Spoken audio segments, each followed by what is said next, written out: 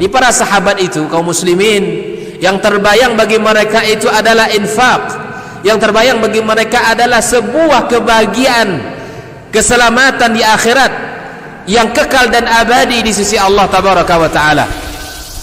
Semua kita boleh klaim sekarang, kamu cinta Nabi, cinta Ustaz. Cinta Nabi, cinta Ustaz. Termasuk saya, cinta Nabi, cinta. Kapan tahunya? Besok di akhirat. Maka apa kata Nabi sallallahu alaihi wasallam? Amalur rajuli biyadih. Penghasilan yang terbaik adalah pekerjaan yang dilakukan oleh seseorang dengan tangannya sendiri. Wa kullu bai'in mabrur. Dan setiap jual beli yang mabrur. Ini aktivitas ini membantu saya di akhirat atau akan menyulitkan saya di akhirat? Kalau seandainya perbuatan itu ternyata akan menyulitkan kita di akhirat kelak, tinggalkan perbuatan itu.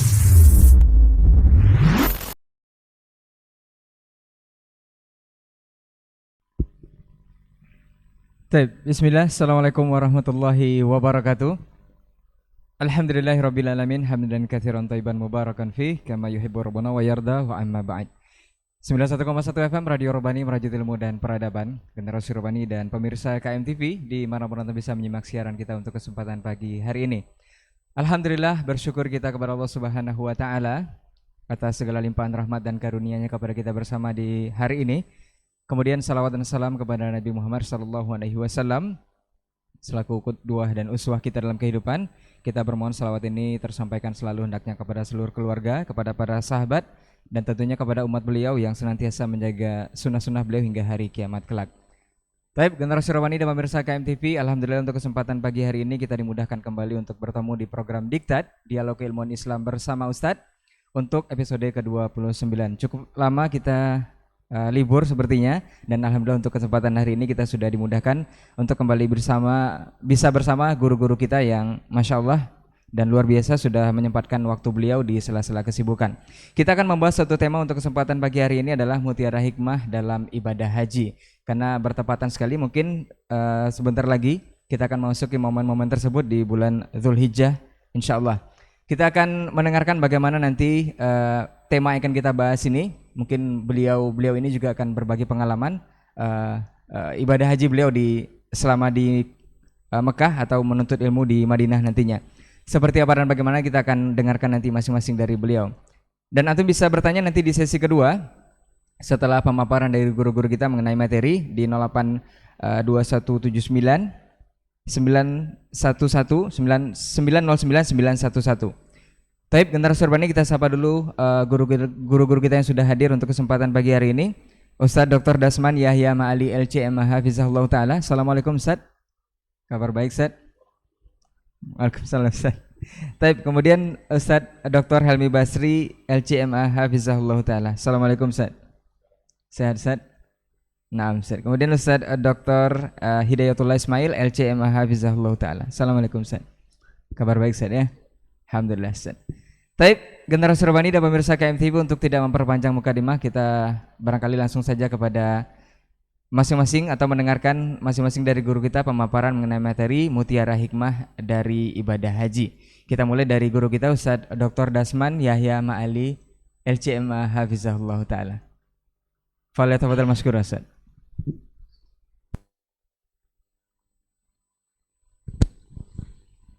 Bismillah. Assalamualaikum warahmatullahi wabarakatuh. Alhamdulillahi wa kafa, wassalatu wassalamu ala abdihi alladhi istafa wa ala alihi sadati syurafa wa ashabi al-kiram an-nubala wa tabi'ina lahum bi ihsanin ila yawmil iqabi wal jazaa.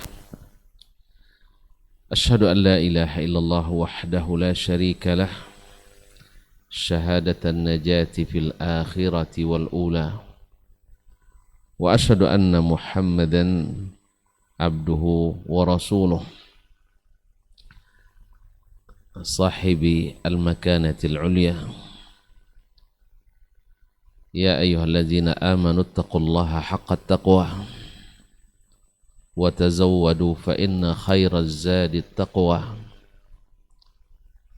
يا أيها الذين آمنوا اتقوا الله حق تقاته ولا تموتن إلا وأنتم مسلمون. Yang kita muliakan para masyayikh, Fadilatul Syekh Al-Ustadz Dr. Helmi Basri Ad-Dawudi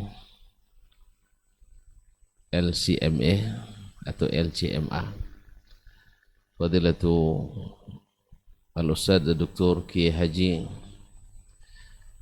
Hidayatullah Ismail Al-Ghamawi Al-Gemawi LCMA, dan saudaraku yang setia menemani dalam setiap dialog di acara kita ini, di diktat Fadilatul Syekh Rainaldi Amran hafizallahul jami', dan teman-teman rekan-rekan yang ada di studio yang hadir pada kesempatan yang berbahagia ini. Alhamdulillah atas nikmatnya. Setelah lama kita tak bersua dan saling menyapa, akhirnya datang juga kesempatan ini. Mudah-mudahan berbuah bahagia di dunia dan di akhirat nanti. Semoga pertemuan ini pertemuan yang diberikan rahmat, dan ketika kita berpisah diberikan ampunan dan dipelihara oleh Allah Subhanahu wa taala. Allahumma ja'al ijtima'ana hadza ijtima'an marhumah wa tafarruqana min ba'dihi tafarruqan ma'sumah. Allahumma la taj'al fina wala ma'ana wala minna syaqiyan wala mahrumah. Rabbi syrah li sadri wa yassir li amri wahlul 'uqdatam min lisani yafqahu qawli. Para pendengar 91,1 FM Merajut Ilmu dan Peradaban, para pemirsa di KMTV dan media-media lain yang bekerja sama, ahlan wa sahlan bikum jami'an. Kembali kita bertemu, mudah-mudahan di pagi yang penuh berkah ini kita disentuh oleh dakwah Nabi, Allahumma barik li ummati fi bukuriha. Bersyukur kita kepadanya atas nikmat ini. Mudah-mudahan syukur ini melahirkan nikmat-nikmat yang sentiasa membuat kita bersyukur kepadanya. Ma'asyiral akarim wa al-karimat, salawat dan salam kepada baginda Nabi alaihi salatu wassalam. Alhamdulillah kita mencintainya. Mudah-mudahan Allah SWT menjadikan cinta kita diterima. Di saat kita bertemu, mudah-mudahan kita dekat dengannya. Mudah-mudahan dengan salawat dan salam kepadanya, seperti yang dikatakannya, aqrabukum ilayya manzilan yaumal qiyamati aktsarukum alayya salatan. Yang paling dekat denganku tempatnya di akhirat nanti, yang paling banyak bersalawat kepadaku. Allahumma salli ala nabiyyina wa habibina wa sayyidina Muhammad wa ala alihi wa sahbihi wa tabi'in. Ma'asyal kiram, pada hari-hari ini atau sejak 2 atau 3 hari yang lalu telah sampai rombongan pertama jemaah haji dari Indonesia ke Tanah Suci. Dan alhamdulillah Indonesia, seperti yang sering dikatakan oleh orang Arab Saudi, andainya dada kami dibelah, maka yang pertama muncul adalah nama Indonesia. Artinya apa? Cintanya kepada kita sangat besar dan luar biasa. Mudah-mudahan hati kita juga mencintai, karena mereka adalah pelayan 2 tanah suci dan bisa memaklumi segala kekurangan yang terjadi, karena apapun kekurangan yang ada pada mereka juga sama-sama kita miliki. Bahkan mungkin kita lebih banyak lagi kekurangannya. Kenapa orang yang sedikit kekurangannya tidak bisa kita maklumi? Kita yang berlumuran dengan kekurangan bisa-bisa membenci orang yang sedikit kekurangannya. Mudah-mudahan hati-hati kita disehatkan dari segala penyakit dan kedengkian. Mudah-mudahan perjalanan ini perjalanan yang diridai dan tamu-tamu Allah menjadi tamu yang berkesan, sehingga masing-masing mendapatkan apa yang dijanjikan berupa ampunan dan keridhaan. Pada pagi ini kita berbincang, mungkin juga bersambung nampaknya Ustaz ya. Kalau Ustaz Helmi pasti banyak ini maqasidnya di sini, karena berkaitan dengan maqasid. Baik, karena dipersilahkan saya memulai. Ya, saya mulai, tapi insya Allah tak sampai selesai. Ya, mesti ada yang terbengkalai, nanti akan dilanjutkan sehingga nanti disempurnakan oleh para masyayikh al-akarim. Ma'asyil kiram, ada dua ibadah yang sangat ditekankan oleh baginda Rasulullah SAW untuk benar-benar mengikutinya, walaupun kita tahu bahwasanya asal muasal kita mesti mengikut Nabi SAW, tapi dua ibadah ini begitu ditekankan. Yang pertama adalah ibadah salat. Sallu kama ra'aitumuni usalli, seperti dalam hadis muttafaqun alaih. Salatlah kalian seperti mana kalian melihat saya salat. Yang kedua adalah ibadah haji.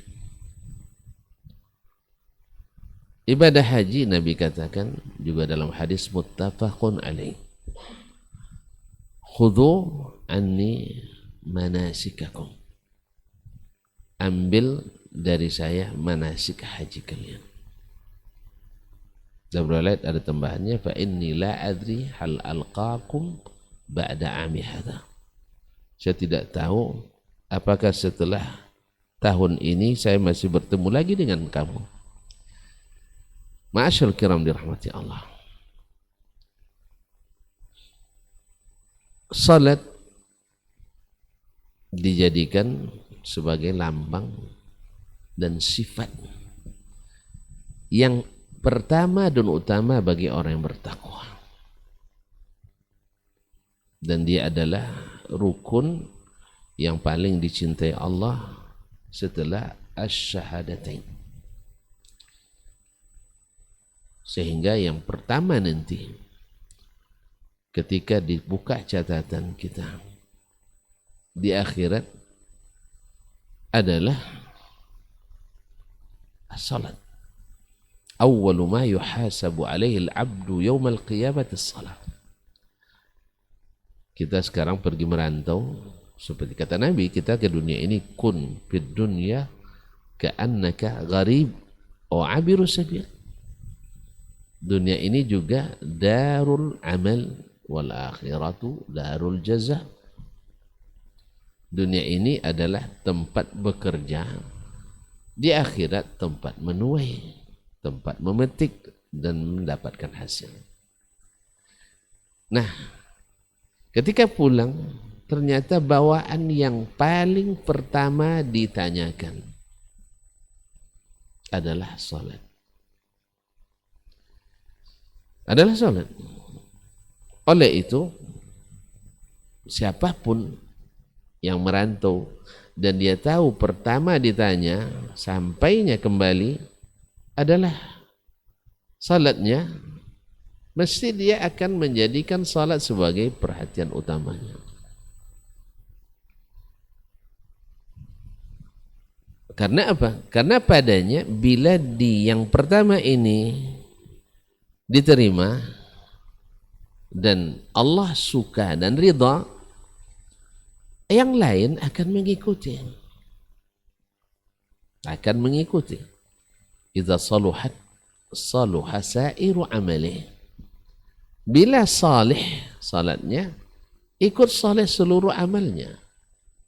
Allahu Akbar. Ini kalau dijabarkan lagi dalam masalah ini panjang lagi nanti. Bisa-bisa masyayikh tak dapat waktu. Tapi biarlah mereka nanti akan menjabarkannya. Jadi subhanallah, salat bila salih seluruh amal. Bila tidak, iza fasadat fasada sa'iru amali. Bila rusak seluruh salatnya. Banyak barangkali kita hari ini bertanya kaum muslimin, umat Islam banyak yang salat, tetapi tetap saja maksiat, tetap kemungkaran. Jawabannya apa? Mungkin salatnya belum saleh, belum niatnya ikhlas, masih ada keterpaksaan, merasa ada keterpaksaan, bukan karena Allah SWT, atau ada kepentingan. Apalagi musim-musim kampanye, Masya Allah. Sampai sorban pun tidak jadi kadrun lagi di musim kampanye. Jadi kalau musim-musim kampanye, yang namanya sorban, jubah, bahkan mungkin jenggot sekalian, itu di musim kampanye bukan lagi tradisi Arab, bukan budaya Arab, tapi budaya pemilu. Allah Ustaz. Ya, kalau di jauh-jauh setelah itu nanti jadi kadrun, sekarang enggak. Ada kepentingan, bukan karena Allah SWT. Atau ikhlasnya luar biasa, tetapi tidak sesuai SK, tidak sesuai SOP. Nah, disinilah baginda Nabi SAW takut, jangan-jangan kalian melaksanakan salat tidak mengikut SOP yang telah ditentukan. Karena Nabi sendiri diajarkan salat oleh Jibril alaihissalam. Diajarkan oleh allamahu syadidul quwa dzu mirratin fastawa. Diajar oleh yang sangat kuat dan sangat cerdas.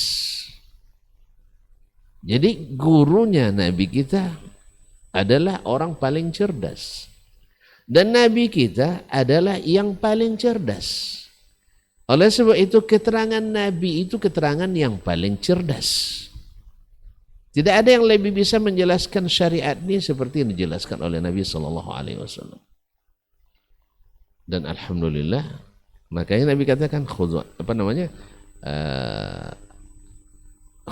sallu kama ra'aitumuni wasallim. Masa melihat aja tidak pandai. Alhamdulillah, inilah yang dilihat oleh para sahabat. Kemudian diajarkannya kepada tabi'in berapa sering para sahabat yang mencontohkan salat di depan para tabi'in. Saya sebenarnya tidak mau salat, tapi saya ingin melihatkan bagaimana Rasulullah Sallallahu Alaihi Wasallam.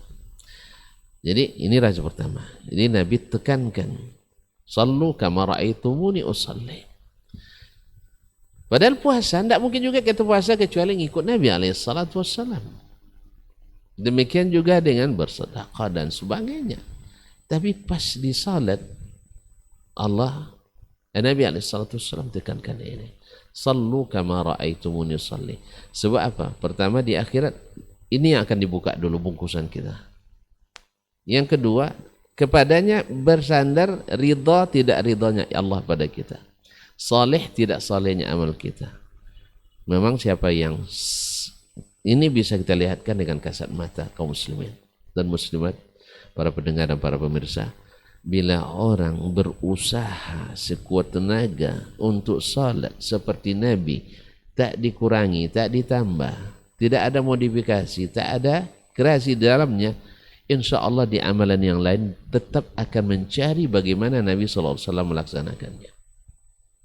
Tapi siapa yang merasa atau melakukan tidak mau seperti Nabi persisnya, atau mencari-cari tambahan-tambahan dan lain daripada ada berkreasi dalamnya, dia pun pada amalan yang lain juga akan cenderung untuk tidak konsisten dengan cara Nabi Sallallahu Alaihi Wasallam. Makanya kaum muslimin, rahasia perkataan Nabi, iza saluhat saluha sa'iru amali. Kenapa orang yang senantiasa ingin mengangkat sifat salat Nabi, Kadang-kadang sebagian mencemooh pula Ustaz. Ya, memang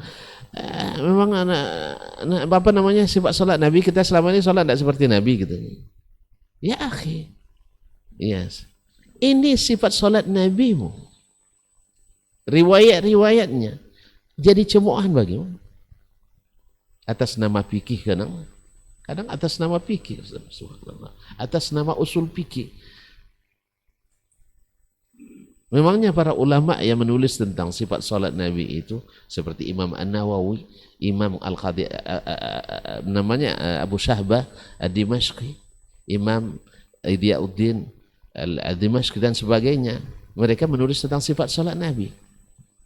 Tapi Masya Allah, subhanallah, sebagian merasa gerah dengan menyebut sifat salat Nabi SAW.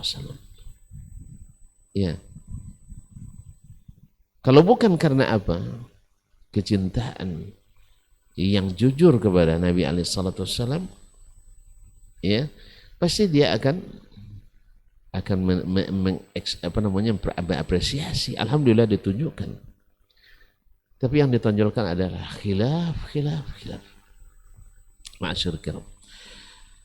Kembali kepada masalah haji. Dan haji pun Nabi SAW tekankan. Khudhu anni manasikakum. Sebab apa kaum muslimin? Wallahu alam. Mungkin dari sisi maqasidnya nanti usaha ilmi itu akan lebih mendalam. Allah subhanahu wa ta'ala mengatakan wa atimmul hajjah wal umrata lillah. Di salat tadi saya lupa, mohon maaf, wa aqimus salah. Bahasanya selalu wa aqimus salah, bukan sallu, enggak, tapi wa aqamus salah wa yuqimuna salah, aqimus salah. Subhanallah.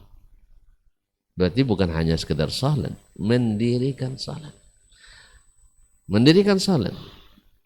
Ma'asyur kiram. Dan dia adalah rukun amaliyah pertama yang menjadi ciri khasnya orang yang bertakwa. Kalaulah di salat menjadi ciri orang-orang yang muflihun, orang-orang yang bertakwa, muttaqun, orang-orang yang dapat hidayah dengan salat, maka Nabi kita alaihi salatu wassalam adalah yang paling bertakwa, maka meniru salatnya adalah meniru orang yang paling bertakwa. Meniru salatnya meniru orang yang paling bertakwa. Tidak ada jalan yang lebih membuat kita bertakwa kecuali jalan Nabi alaihi salatu wassalam. Nah, pas di haji Allah mengatakan wa atimmul hajja wal umrata lillah. Subhanallah. Kenapa disuruh itmam kaum muslimin dan muslimat? Wallahu alam. Sebagian ulama menyebutkan bahwasanya haji, bukan sebagian, ini ijma' ya, tapi yang mengarahkan kepada hikmah ini, sebagian mengatakan haji itu yang rukun itu hanya satu kali. Makanya kepada bapak-bapak dan ibu-ibuku yang diberikan hari ini nikmat bisa naik haji tahun ini, khususnya yang haji pertama, Hajjatul Islam. Karena haji itu patokannya sekali seumur hidup. Siapa yang haji pertama, hajinya haji rukun. Bila tidak sempurna di haji pertama, bisa-bisa haji yang kedua tidak lagi haji rukun, haji sunat. Ibaratnya kalau tuan-tuan nak bangun rumah, harus pondasinya kokoh.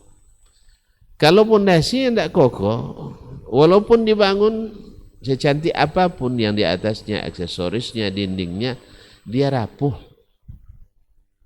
Makanya tolong perhatikan, khususnya yang haji pertama kali.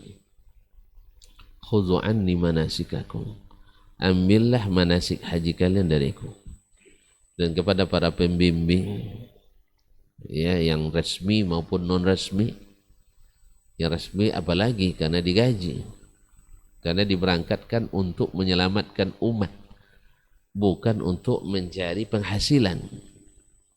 Karena haji, dia sudah dapat haji dengan biaya dari jemaah haji, walaupun disebut biaya pemerintah, Ustaz, ya, tapi sebenarnya dia masuk dalam komponen haji jemaah. Kemudian diberikan lagi uang, apa istilahnya, uang SPPD, uang saku gitu ya. living cost, dan semuanya serba gratis. Ini tanggung jawab besar untuk mengarahkan manusia ini sedekat mungkin dengan hajinya Nabi SAW. Karena ini bukan tamasya, bukan rekreasi, bukan wisata religius, tapi ini adalah penentu rukun Islam kita. Maka Nabi katakan khudhu anni manasikakum, sebagai aplikasi dari perintah Allah, wa atimmul hajjah wal umrata lillah, sempurnakan. Walaupun makna yang umum dibahas adalah bila sudah haji jangan pulang sebelum selesai haji, artinya tidak boleh dibatalkan. Ini dari sisi fikihnya, maknanya bila sudah ihram wajib hukumnya sampai selesai, tidak boleh diputus di tengah jalan. Itu makna secara hukum wa atimul hajja wal umrata lillah.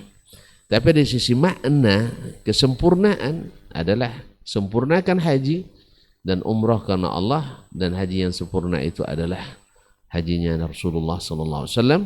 Maka ditekankannya untuk wa atimul hajja wal umrata lillah. Ditekankannya khudhu anni manasikakum, ambil manasik haji kalian dari saya. Apa sebab? Ma'asyarul kiram, Nabi kan menyaksikan sendiri bahwasanya haji itu oleh orang jahiliyah sudah dirubah-rubah. Sudah dirubah-rubah. Haji masih ada, karena itu syariat. Dari dulu haji itu disyariatkan lagi. Khususnya ketika Nabi Ibrahim membangun Ka'bah bersama Ismail alaihi wassalam. Ibrahim sudah ajarkan haji yang mengandung tauhid, yang mengandung iman, penuh dengan petunjuk yang diridhai Allah SWT. Lalu karena jauhnya masa dari Nabi Ibrahim dan Ismail alaihi wassalam, kemudian manusia pun mulai berijtihad, padahal nasnya ada. Misalnya mereka berijtihad bahwa Arafah itu tanah, bukan tanah suci. Sedangkan Muzdalifah atau di dalam Arafah di dalamnya adalah tanah suci. Dengan alasan itu mereka merubah wukuf. Yang asalnya di Arafah, akhirnya wukufnya di dalam tanah haram. Kan alasan, kalau ibarat apa kajian akademis Ustaz ya, alasan logisnya benar, alasan filosofisnya kuat, studi akademisnya pun karena lebih dekat ke Makkah. Kan selesai Arafah kan orang lebih dekat ke Mina, daripada jauh-jauh ke Arafah, lebih baik hukumnya di perbatasan Muzdalifah dengan apa, di Wadil Muhassir itu. Padahal Nabi SAW sudah menunjukkan wukuf itu dari dulu di Arafah, al-hajju Arafah. Tapi mereka memandang alasan filosofis, alasan logis. Makanya filosofis dan logis ini kadang-kadang banyak merusak syariat kalau tidak digunakan secara tepat. Ma'asyarul kiram dirahmati Allah, akhirnya mereka merubah menjadi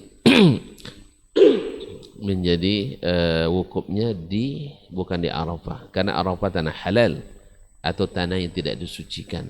Beribadah di tanah suci lebih bagus daripada beribadah di tanah yang tidak disucikan. Itu benar? Tidak, demi Allah. Kemudian mereka, Allah mengajarkan talbiyah, labbaik Allahumma labbaik, labbaik la syarika lak. Lalu mereka tambah illa syarikan huwa lak, dengan alasan logis dan filosofis lagi. Ya, sekutu ini tetap milik Allah. Illa syarikan huwa lak, sekali sekutu yang milik Allah, tamlikuhu wa ma malak. Dia tidak bisa berbuat apa-apa di bumi ini, cuma dengan izin Allah saja. Seperti sekarang orang berdoa kepada wali, meminta kepada wali, tidak dianggap syirik. Sama pikir jahiliyah dulu seperti itu. Mereka meminta pada wali kan nama-nama orang saleh, Uzza, Manat dan sebagainya, nama orang saleh. Latta, Al-Latta itu nama orang saleh. Lalu mereka menyeru, karena mereka membedakan secara lughah. Nada memanggil. Doa, berdoa tidak sama maknanya. Jadi kalau ya Badawi misalnya, ini hanya sekedar panggilan, nida. Nida bukan doa. Subhanallah, ini main akal-akalan, alasan-alasan yang dibuat-buat. Sehingga mereka menganggapnya bukan syirik. Misalnya orang ziarah ke kuburan Badawi misalnya, ya Syekh Badawi, ya Syekh al-Arab, isfi ibni. Bagi mereka itu tidak dianggap syirik. Sebab ini hanya ibaratnya disamakan dengan kita, ya Ustaz Helmi tolong saya, atau pergi ke dokter, dokter tolong sembuhkan putra saya ini. Padahal kalau jujur kita katakan, antum ke dokter bilang sembuhkan atau obati? Tidak ada kita yang bilang sembuhkan saya, tidak, tapi semuanya tolong obati, terapi, lakukan observasi dan sebagainya. Yang kesembuhan tetap dari Allah SWT. Nah, tapi bagi mereka ini nida dibedakan dengan doa. Pada dalam Al-Quran dan hadis, nida dengan doa itu adalah sama. Wanada, apa namanya? Nuh rabbahu, inna ibni min ahli. Dia berdoa, tolong selamatkan anak, karena dia juga keluarga. Allah katakan, innahu laysa min ahlik, innahu amalun ghairu salih, dan seterusnya. Jadi kaum muslimin dan muslimat, ini alasan-alasan filosofis ini sering merusak syariat kalau tidak digunakan secara tepat. Ya, kan tanah suci lebih afdal daripada tanah yang tidak suci. Betul. Tetapi apakah ibadah wukuf di tanah suci lebih afdal daripada tanah non suci? Tidak. Kan ini syariat. Dan masih banyak lagi insyaAllah. Saya tidak mau habiskan semua nanti. Ini Ustaz Hidayat, Ustaz apa, tidak ada waktu lagi. Saya cukup kesabaran di sini insyaAllah. Kalau tidak selesai hari ini kan boleh sambung lagi Ustaz dalam seri yang lain. Terima kasih dan mohon maaf. Saya hanya memulai dari sini bahwasanya ya, haji ini karena dia sekali memang harus benar-benar disempurnakan. Jangan main-main. Andai pun antum dapat haji kedua, enggak, ini bukan pondasi lagi. Karena pondasi itu haji pertama, sehingga disebut Hajjatul Islam. Hajjatul Al-Islam. Oleh situ kita sangat berharap kepada Allah, kemudian kepada para jemaah yang terpanggil, yang mendapat kesempatan, tolong jangan sia-siakan kesempatan ini. Belajari bagaimana haji Nabi SAW, dan khusus lagi kepada para pembimbing ibadah. Jangan bagaimana asal selesai tugas, tetapi selesai tugas laporan diterima, gaji cair. Bukan tugas selesai gaji tersendat-sendat. Karena apa? Karena tidak sesuai SOP, tidak sesuai mata anggaran, tidak akan turun. Ya, akhirnya jadi temuan. Kalau temuan di dunia masih bisa diperbaiki administrasinya, tapi kalau temuan di akhirat langsung jadi habaan mansura. Man ahdatsa fi amrina hadza ma laysa min fahuwa rad. Siapa yang mengada-ngada dalam agama ini yang tidak masuk bagian daripadanya dari sejak zaman Nabi, maka ditolak. Malam yakun dinan fi zamanin Nabi SAW, lam yakun dinan fi zamanina. Siapa yang tidak termasuk bagian dari agama di zaman Nabi, juga tidak masuk bagian dari agama di zaman kita. Wallahu taala alam. Mudah-mudahan Allah membuka hati, karena hanya dialah yang bisa memasukkan hidayah ke dalam hati. Sekali saya kembalikan kepada akhuna Ray untuk melanjutkan bersama masyayikh. Wallahu ta'ala alam. Wassallallahu ala nabiyyina Muhammadin wasallam. Baik, jazakallah khairan Ustaz untuk pembukaan materi kita mengenai mutiara hikmah dalam ibadah haji. Dan Masya Allah memang haji ini memang harus kita ambil murni dari Rasulullah Sallallahu Alaihi Wasallam. Kita akan lanjutkan kepada guru kita Ustaz Dr. Helmi Basri LCMA Hafizahullah Ta'ala. Falyatafadhal mashkur Ustaz.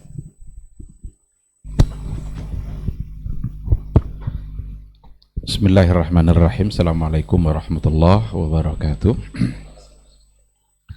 Alhamdulillah, wassalatu wassalamu ala rasulillah wa ala alihi wa sahbihi wa man tabi'ahum bi ihsanin ila yaumiddin. Asyhadu an la ilaha illallah wahdahu la syarikalah wa asyhadu anna Muhammadan abduhu wa rasuluh la nabi.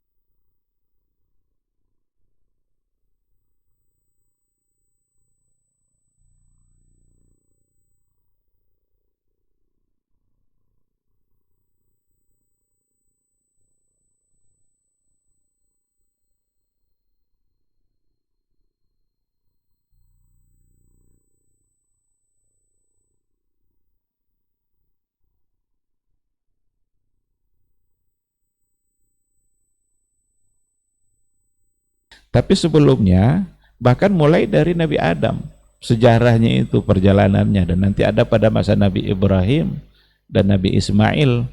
Bahkan kalau untuk perintah, itu ada ketika Nabi Ibrahim selesai membangun Ka'bah bersama Ismail.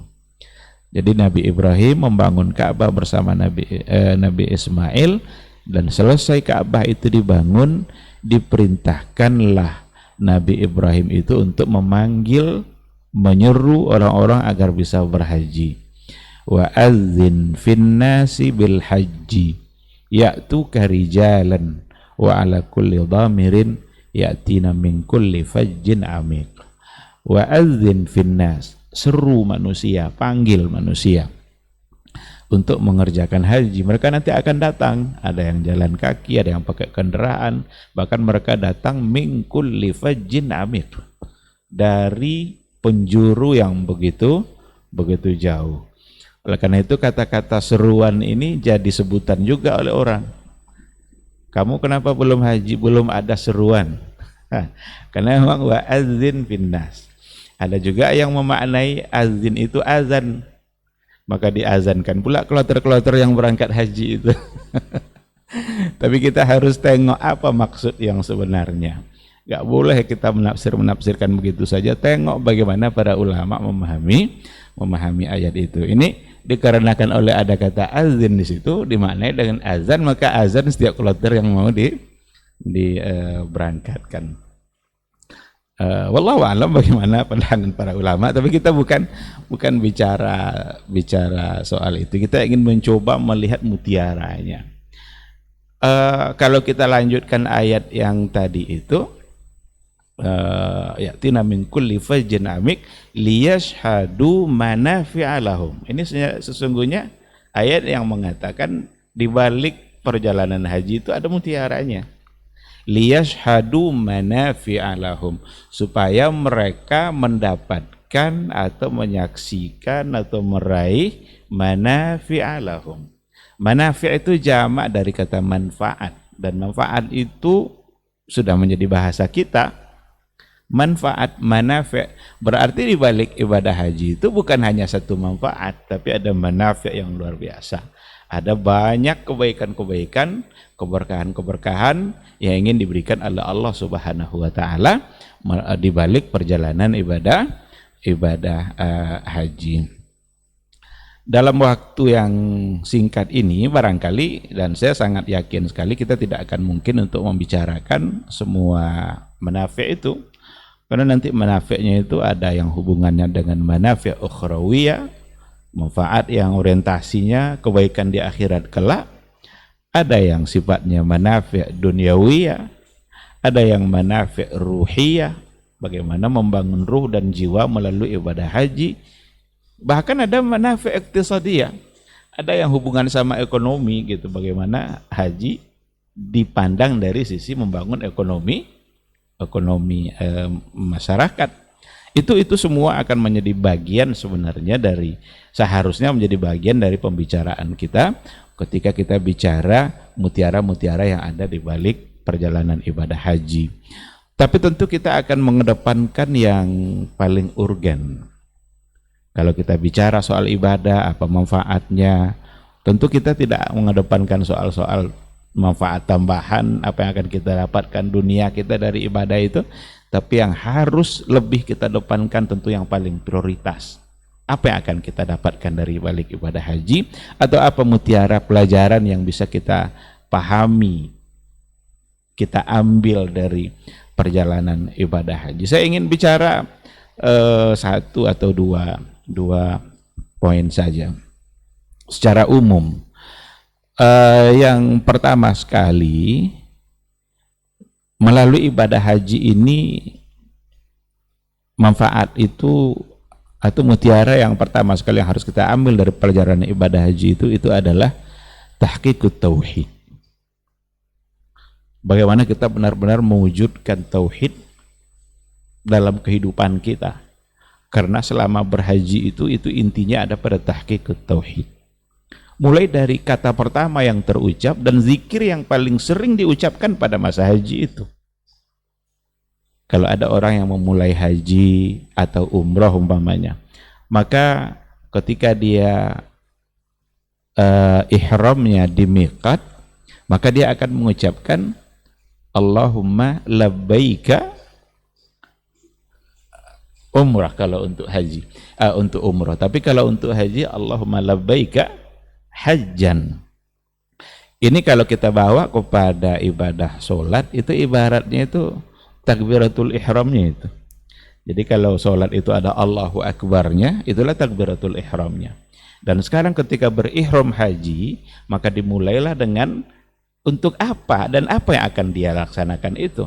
Maka ia mengatakan Allahumma labbaika umratan, Allahumma labbaika hajjan. Dan setelah itu yang akan diucapkan oleh para jemaah haji itu adalah lafaz talbiyah. Labbaik Allahumma labbaik, labbaik la syarika laka labbaik, innal hamda wan ni'mata laka wal mulk la syarika lak. Inilah lafaz zikir yang akan paling banyak diucapkan oleh mereka-mereka yang mengerjakan ibadah haji. Sampai nanti mereka melontar jumratul yang pertama ya, Jumratul Aqabah yang paling dekat dengan Makkah. Kita kalau lihat apa arti dari yang diucapkan ini sesungguhnya adalah penekanannya ada pada tauhid, bahwa dia datang itu mengabulkan panggilan Allah Subhanahu wa taala. Dia datang benar-benar hanya untuk mengabulkan panggilan Allah Subhanahu wa taala, bukan untuk tujuan-tujuan yang lain. Oleh karena itu, di sini harus niat dalam beribadah kita itu benar-benar hanyalah untuk Allah Subhanahu wa taala, bukan untuk tujuan-tujuan yang lain. Labbaik Allahumma labbaik, labbaik la syarika laka labbaik. Dan tauhid yang sesungguhnya itu mengandung dua hal. Benar-benar mentauhidkan Allah dan benar-benar bara'a minasyirik. Bagaimana dia benar-benar berlepas diri dari perbuatan syirik. Dan apa yang dibaca itu, yang diajarkan oleh Rasulullah SAW itu sebagai ganti dari apa yang tadi sudah dirubah-rubah oleh orang jahiliyah tadi. Karena orang jahiliyah mengatakan illa syarikun huwa lak. Jadi kecuali ada syarik, ada syirikatnya, ada tandingannya, dan huwa laka, itu juga untuk kamu. Maka dirubah itu sama Nabi, la syarikalah. Ini penekanan tauhid yang sesungguhnya ada dalam ibadah haji gitu. Oleh karena itu bicara tauhid ini sangat penting sekali, dan jangan pernah bosan untuk membicarakan tauhid. Harus diulang-ulang terus, karena ini adalah pertanyaan di alam kubur nanti. Kalau pertanyaan di alam kubur ya pantaslah untuk kita ulang-ulang, kita pahami dan kita terapkan dalam kehidupan kita. Kalau seandainya ada guru ngajar di sekolah, dia akan ulang-ulang itu poin-poinnya akan masuk ujian. Umpamanya ada satu materi, mana yang paling penting, mana yang akan ditanya dalam ujian nanti, itu akan diulang-ulangnya dalam penyampaiannya. Bahkan ditanya lagi, ini kalian sudah paham ini yang belum nih. Maka mengulang-ulang yang penting itu harus. Kalau ada seorang ayah berpesan kepada anaknya, tolong kamu ke pasar beli yang ini, 1, 2, 3, 4, 5. Ada 5 poin, tapi ada satu yang tidak boleh lupa. Yang satu tidak boleh lupa ini diulang-ulang terus nih. Pokoknya jangan lupa yang ini, jangan lupa yang ini. Itu menunjukkan itu sesuatu yang sangat penting. Nah, masalah tauhid itu adalah sesuatu yang paling penting dalam kehidupan kita. Maka itu juga yang harus kita ulang-ulang untuk disampaikan. Itu juga yang harus kita ulang-ulang agar dipahami secara betul dan agar benar.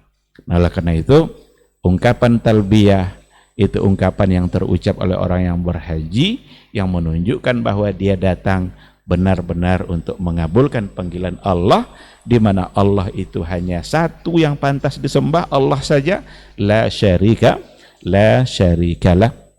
Tidak boleh ada satu bentuk pensyirikatan pun terhadap Allah Subhanahu wa ta'ala.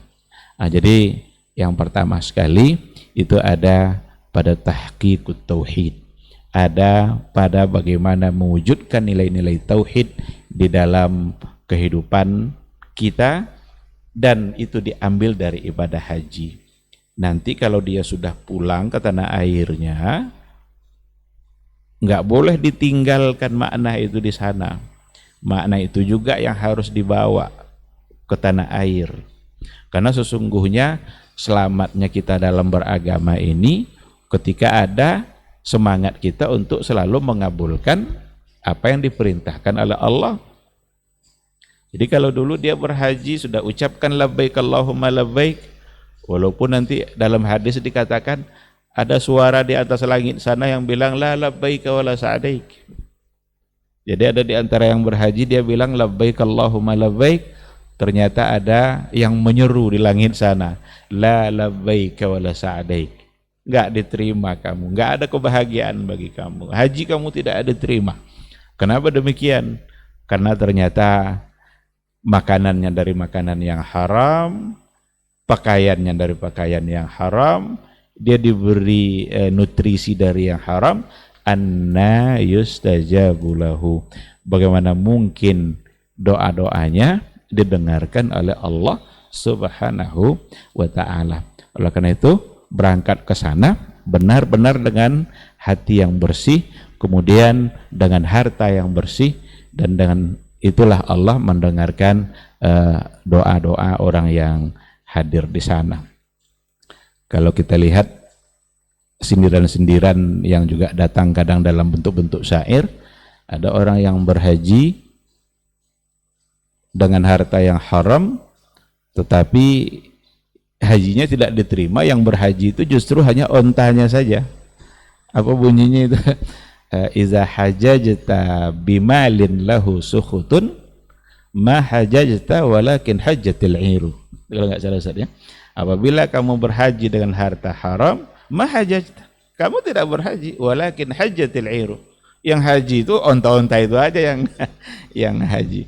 Karena onta itu yang selamat dari yang haram tadi.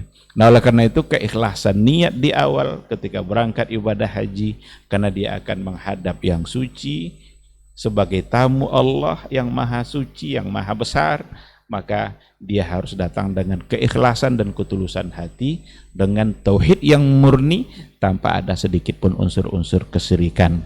Semangat mengabulkan seperti itulah yang tadi kita katakan harus sampai dibawa pulang nanti. Nanti kalau dia sudah sampai selesai haji, pulang ke rumah kembali, dia siap untuk menerima apapun panggilan Allah Subhanahu wa ta'ala. Umpamanya dikumandangkan suara azan, hayya 'alas shalah. Ada enggak kira-kira semangat untuk mengabulkan itu? Sebagaimana dia dulu mengabulkan panggilan Allah untuk berhaji. Maka labbaik itu kalau bahasa sehari-hari orang Arab, labbaik itu untuk menunjukkan keseriusan. Dipanggil labbaik, kalau bapaknya manggil labbaik, itu keseriusan dia dalam mendengar panggilan yang tadi itu. Kalau nanti ketika pulang dari haji disukseskan usahanya oleh Allah Subhanahu wa ta'ala, lalu kemudian sampai haul dan nisabnya. Kalau orang yang dimudahkan dan diberikan kelebihan harta sampai haul dan nisabnya, berarti ada panggilan Allah di situ. Apa panggilan Allah yang ada di situ? Itu dalam bentuk membayar zakatnya. Sekarang apakah dia masih punya semangat labbaik itu enggak untuk menunaikan zakat, membayarkan harta dalam bentuk zakat? Kalau dia bawa pelajaran itu pulang sampai ke rumah, maka semangat labbaik itu akan terpelihara. Apapun perintah Allah yang ada di hadapan dia, akan dia sambut dengan senang hati, akan dia sambut dengan semangat labbaik, sebagaimana dulu dia mengerjakan haji dan diawali dengan kata labbaik. Itu yang pertama. Yang kedua, kalau kita lihat perjalanan ibadah haji itu adalah perpindahan dari satu ibadah kepada ibadah yang lain. perpindahan dari satu bentuk kebaikan kepada kebaikan yang lain. Nanti dia akan dimulai dengan ihram. Ihram itu satu bentuk kebaikan. Kalau seandainya dia mengerjakan ibadah haji atau kalau kita ambil dulu dalam umroh umpamanya, kalau dia mengerjakan umroh mulai dari ihram itu dia terus akan menuju kota Mekah. Nanti sampai di sana dia akan mengerjakan tawafnya. Setelah tawaf dia akan mengerjakan sa'inya. Setelah sa'i dia akan mengerjakan tahallulnya untuk mengakhiri umroh pada saat itu. Kemudian nanti dia akan menunggu masa dalam bentuk beribadah sampai datang masa hajinya. Hari Tarwiyah tanggal 8. Kemudian dia berihram kembali, nanti menuju dia ke kota Mina, besoknya ke wilayah Mina, besoknya dia akan ke Arafah, dari Arafah ke Muzdalifah, Muzdalifah ke Mina lagi, lalu mabit 3 hari di Mina. Ini semua sesungguhnya adalah perjalanan ibadah dan perpindahan dari satu ibadah kepada ibadah berikutnya. Oleh karena itu dalam kehidupan kita ini sesungguhnya ketika kita mencoba untuk memaknai ayat faiza faragta fansab, apabila kamu telah selesai dalam satu urusan, maka berpindahlah kepada urusan yang lain. Bagaimana kita harus bisa diajarkan oleh perjalanan haji itu agar setiap detik waktu kita ini bisa menjadi ibadah. Agar setiap waktu detik kita yang kita miliki ini semuanya harus menghasilkan kebaikan yang akan membantu kita di akhirat kelak. Karena haji mengajarkan dia seperti itu. Selesai ini pindah pada yang lain, pindah pula pada ibadah yang berikutnya sampai selesai ibadah haji. Oleh karena itu tidak ada detik waktu yang terbuang. Tidak ada detik waktu yang tidak bernilai ibadah. Dan kasih sayang Allah Subhanahu wa taala kepada hambanya bisa setiap detik waktu yang dimiliki oleh manusia, oleh setiap hamba Allah itu bisa bernilai pahala dan bernilai kebaikan. Maka ini yang harus kita pahami baik-baik. Kita walaupun untuk sekarang tidak berangkat mengerjakan haji, tidak diberikan kesempatan untuk sekarang mengerjakan ibadah haji, mudah-mudahan yang belum berangkat pada masa yang akan datang dimudahkan oleh Allah untuk mengerjakan haji. Tapi pelajaran ini bukan hanya untuk orang berhaji saja. Pelajaran ini bukan hanya untuk mereka-mereka yang sudah dimudahkan melaksanakan haji.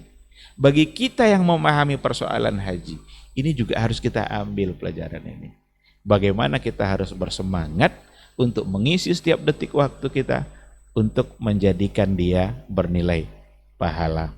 Ini ketika dikatakan mengisi setiap detik waktu menjadi pahala, bukanlah yang dimaksud ini bahwa setiap waktu kita harus sholat, kita harus kita harus di masjid. Enggak. Karena yang namanya ibadah dalam Islam itu kan bukan hanya ibadah mahdhah saja, tapi ada ibadah-ibadah lain yang bukan masuk dalam kategori ibadah mahdhah, tapi ada yang ghairu mahdhah. Digabunglah antara mahdhah dan ghairu mahdhah sehingga setiap detik waktu kita akan bernilai pahala, bernilai kebaikan. Itu yang harus kita usahakan. Kadang-kadang kita tanpa menyadari seolah-olah kita mengerjakan urusan dunia kita dan kita anggap itu murni untuk urusan dunia tanpa bisa mendapatkan pahala. Padahal kalau kita pahami baik-baik, apapun yang kita kerjakan dalam kehidupan dunia kita, kalau kita bawa Allah dan kita libatkan Rasul dalam kerja-kerja dunia kita, maka sesungguhnya semua itu akan menjadi pahala dan menjadi kebaikan. Tapi syaratnya apa? Bawa Allah di situ dan libatkan Rasul. Walaupun kita mengerjakan urusan dunia kita. Sekarang umpamanya kita pakai sepatu. Pakai sepatu itu kan urusan dunia kita itu, kan kita gaya-gayaan pakai sepatu. Tapi kalau kita bawa Allah dan Rasul pada pakai sepatu kita, maka itu akan menjadi pahala. Apa contohnya?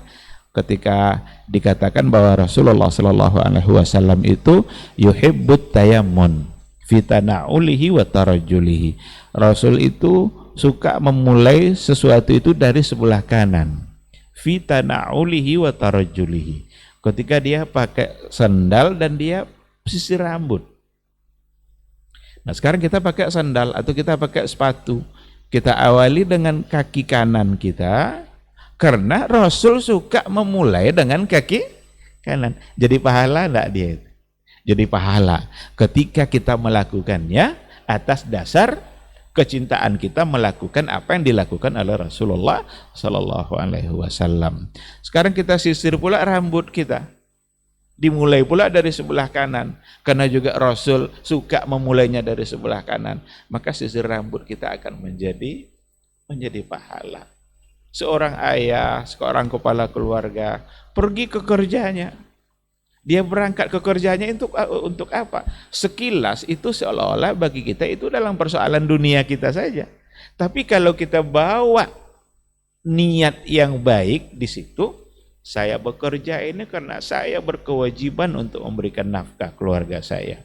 Maka saya berangkat untuk mendapatkan nafkah itu, mendapatkan rezeki itu, dan saya berdoa mudah-mudahan Allah memberi saya rezeki yang halal. Selama dia bekerja tadi, itu akan menjadi pahala bagi dia. Bahkan itu bisa menjadi filter nanti saat dia bekerja. Kalau dia sudah memulai kerjanya dengan bismillah, yang diingatnya adalah rezeki yang halal, maka dia akan terpelihara dari upaya-upaya pribadi dia untuk mendapatkan rezeki-rezeki yang barangkali di situ tidak halal. Mungkin dia mau menipu orang, atau mungkin dia mau tidak jujur dalam kerja dia. Itu akan bisa terhindar dari itu ketika memang dia bawa nama Allah di awal. Oleh karena itulah Nabi kan sudah mengatakan juga, kullu amrin dzibalin la yubda'u fihi. Semua perbuatan yang baik yang tidak dimulai dengan bismillah fahuwa aqta, maka dia akan terputus. Fahuwa abtar. Makna aqta di situ salah satu maknanya kata Syekh Utsaimin, qati'ul barakah, terputus keberkahannya. Nah, oleh karena itu ikhwati fillah, silahkan berpindah dari satu aktivitas kepada aktivitas yang lain, tapi upayakanlah perpindahan dari satu kerja ke kerja yang lain itu harus selalu mengandung kebaikan, dan di situ ada nilai pahala, sebagaimana orang-orang berhaji itu berpindah dari satu aktivitas, satu bentuk amalan kepada amalan yang lain, yang semuanya itu tujuannya adalah untuk mencari ridha Allah Subhanahu wa ta'ala. Ikhwati fillah, mungkin untuk sekarang saya ingin ambil dua poin itu, pelajaran secara umum ya. Padahal kalau seandainya kita ingin mencoba untuk mengambil mutiara-mutiara secara khusus dari perjalanan ibadah haji, tentu akan sangat banyak sekali. Dari tawafnya, dari sa'inya, dari wukuf di Arafahnya. Kenapa hari wukuf itu adalah hari yang paling dibenci oleh syaitan? Jadi hari yang paling dibenci syaitan itu hari wukuf di Arafah, karena KO syaitan ketika itu. Saat ingin mencoba goda yang satu ini, dia sedang baca Quran. Goda yang satu lagi, dia sedang berdoa. Mau goda lagi yang satu lagi, dia sedang sholat. Tidak ada yang bisa dia goda. Adalah satu-satu yang bisa digoda sama iblis itu, orang yang kadang di Arafah sibuk foto-foto sama onta. Cari onta hias. Orang baca Quran, dia selfie. Kadang selfie-nya di Wadi Muhassir pula. Dulu Rasul melarang untuk berada di Wadi Muhassir itu lama-lama. Disuruh sama Nabi itu yang berada di wadi itu, cepat-cepat kalian katanya. Karena di wadi itulah dulu diturunkan laknat Allah. Yang batu berapi yang untuk Abraha itu di wadi itu. Sehingga Rasul tidak membolehkan sahabat untuk berlama-lama. Tapi sekarang orang justru di situ selfie lama-lama, santai-santai. Inilah orang-orang yang bisa digoda oleh syaitan. Tapi yang baca Quran, yang berzikir, yang berdoa, yang menangis, tidak akan bisa digoda oleh syaitan. Mudah-mudahan Allah selalu membimbing kita semua, khususnya mereka yang berhaji, agar bisa memanfaatkan waktu-waktu hajinya menjadi cara untuk mendapatkan pahala dan kebaikan dari Allah Subhanahu wa taala. Saya kira ini saja, terima kasih. Saya kembali serahkan ke moderator. Baik, jazakallah khairan Ustaz untuk tambahan materinya atau tambahan penjelasan mengenai tema kita. Kita akan lanjutkan atau sempurnakan untuk mendengarkan juga dari guru kita Ustaz Dr. Hidayatullah Ismail LCMA hafizahullah taala. Fadhil maskur Ustaz.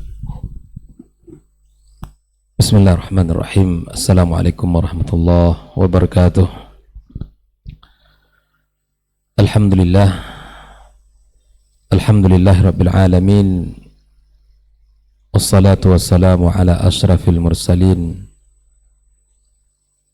wa ala alihi tayyibin wa ashabihi al-ghurril mayamin wa man tabi'ahum bi ihsan ila yaumiddin. Amma ba'd. Para masyayikh yang saya muliakan, guru kita Dr. Helmi Basri dan Dr. Dasman Yahya Ma'ali, Saudara Rai dan teman-teman semua yang hadir di studio, dan seluruh kaum muslimin dan muslimat dimanapun berada yang mengikuti kajian kita di pagi ini. Semoga senantiasa dijaga Allah dan diberkahi segala aktivitasnya. Kita bersyukur atas nikmat iman yang Allah berikan, nikmat ilmu yang sangat mahal, di mana kita diberikan Allah Subhanahu wa taala kesempatan untuk bisa menimba dan meningkatkan keilmuan kita. Semoga apa yang kita bicarakan memberikan manfaat pada diri kita, berkhusus saya pribadi, dan membuahkan amal dalam kehidupan kita. Kemudian ucapan salawat dan salam untuk kekasih kita Muhammad sallallahu alaihi wasallam. Mudah-mudahan kita mendapatkan syafaatnya pada hari yang mana tidak lagi berguna harta dan anak keturunan yang kita banggakan di dunia ini, kecuali kita datang dengan hati yang penuh iman kepada Allah. Hari yang sangat agung dan sangat menakutkan itu. Mudah-mudahan Allah jaga kita semua, ya Allah bimbing kita di dunia untuk mengikuti sunnah-sunnah Rasulullah SAW, dan kita mendapatkan tempat yang mulia dan kedudukan yang tinggi di sisinya dan mendapatkan syafaatnya. Berbicara tentang muatar hikmah ibadah haji, seperti yang disampaikan oleh para masyayikh tadi, sangatlah banyak, karena memang perjalanannya juga panjang. Yang pertama, memang Allah Subhanahu wa taala dengan syariat Islam ini, Allah menginginkan kita orang-orang yang baik. Belum lama kita baru menyelesaikan ibadah bulan Ramadan, memesankan kepada kita banyak hal, dan kita keluar darinya diinginkan menjadi orang-orang yang bertakwa. Lepas ibadah puasa, kita hadir bulan Syawal. Setelahnya kita masuk kepada bulan haram, bulan Zulqa'dah dan Zulhijjah dan Muharram. Nah, sekarang kita berada pada bulan-bulan yang dimuliakan Allah Subhanahu wa taala. Dan para tamu-tamu Allah yang berangkat untuk menunaikan ibadah haji pun sudah mulai bergerak, berangkat safar menuju dua tanah suci. InsyaAllah ada yang dulu berangkat ke Madinah, dan ada yang mungkin langsung berangkat ke kota Mekah. Kalau kita melihat dari perjalanan itu, maka ada ibadah yang mana ibadah haji ini luar biasa, ya. Allah Subhanahu wa taala menyebutkan, walillahi 'alan nasi hajjul baiti man istata'a ilaihi sabila.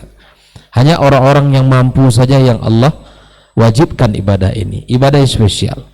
Makanya ibadah haji bukan hanya sekedar ibadah fisik, tapi di situ ada nilai ibadah yang kita harus mengeluarkan harta kita. Ada ibadah yang cukup semangat saja, gitu kan? Ya, seperti tidak perlu modal. Ibadah-ibadah salat kita jaga dalam keseharian kita.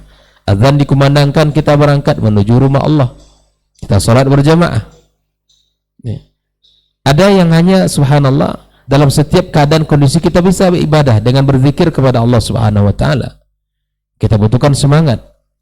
Ya. Tapi ibadah haji, ibadah yang membutuhkan tidak hanya semangat, keinginan, tapi dia juga dibutuhkan harta dan pahalanya cash dari Allah Subhanahu wa taala. Seperti hadis ini dibacakan oleh guru kita tadi, ya, al-hajjul mabrur laisa lahul jazaa ilal jannah.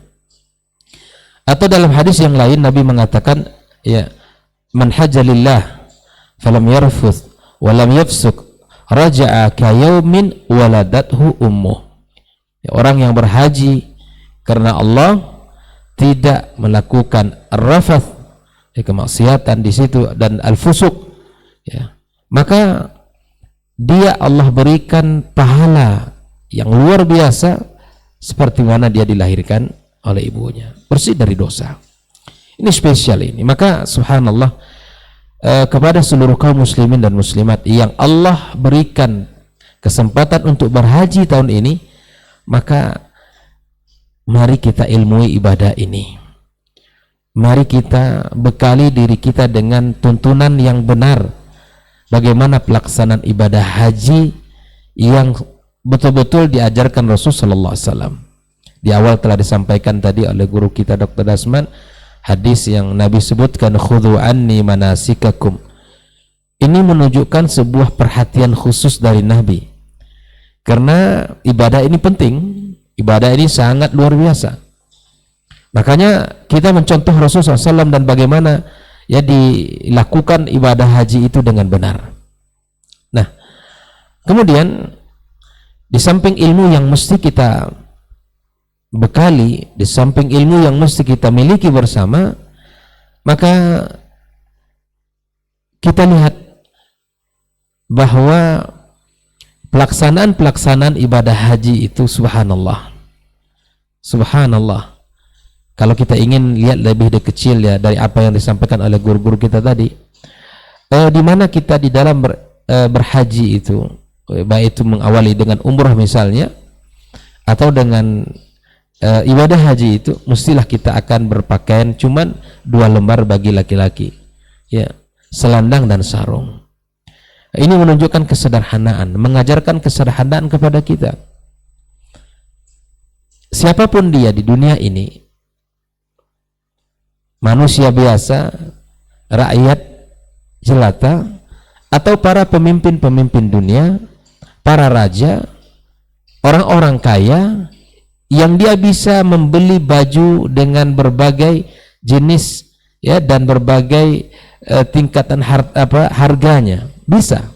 Tapi di saat dia berhaji atau melaksanakan ibadah umrah, maka dia hanya memiliki 2 pakaian itu, pakaian putih.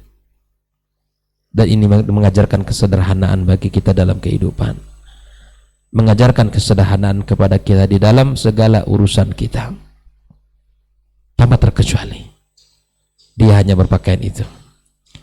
Kemudian ketika nanti jemaah haji, ya, saya ingin melihat dari satu sisi dari sisi pelaksanaan ibadah tawaf misalnya. Ini syariat yang sangat agung sekali. Kita akan memulai, ya, dengan mengucapkan bismillah, Allahu akbar.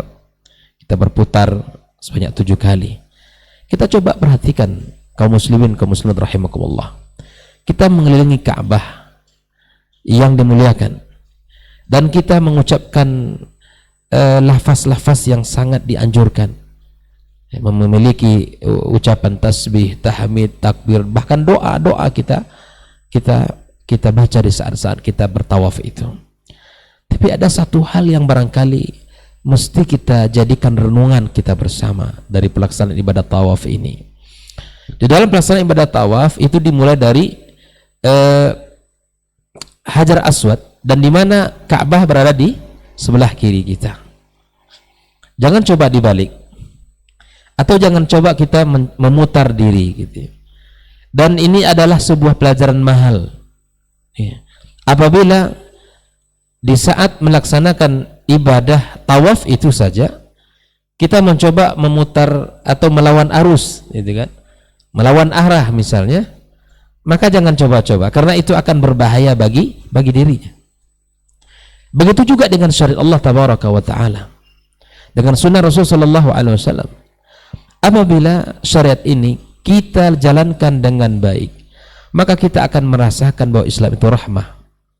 Kita akan merasakan indahnya beragama, dan kita akan merasakan betapa nikmatnya menjalankan perintah Allah Subhanahu wa taala.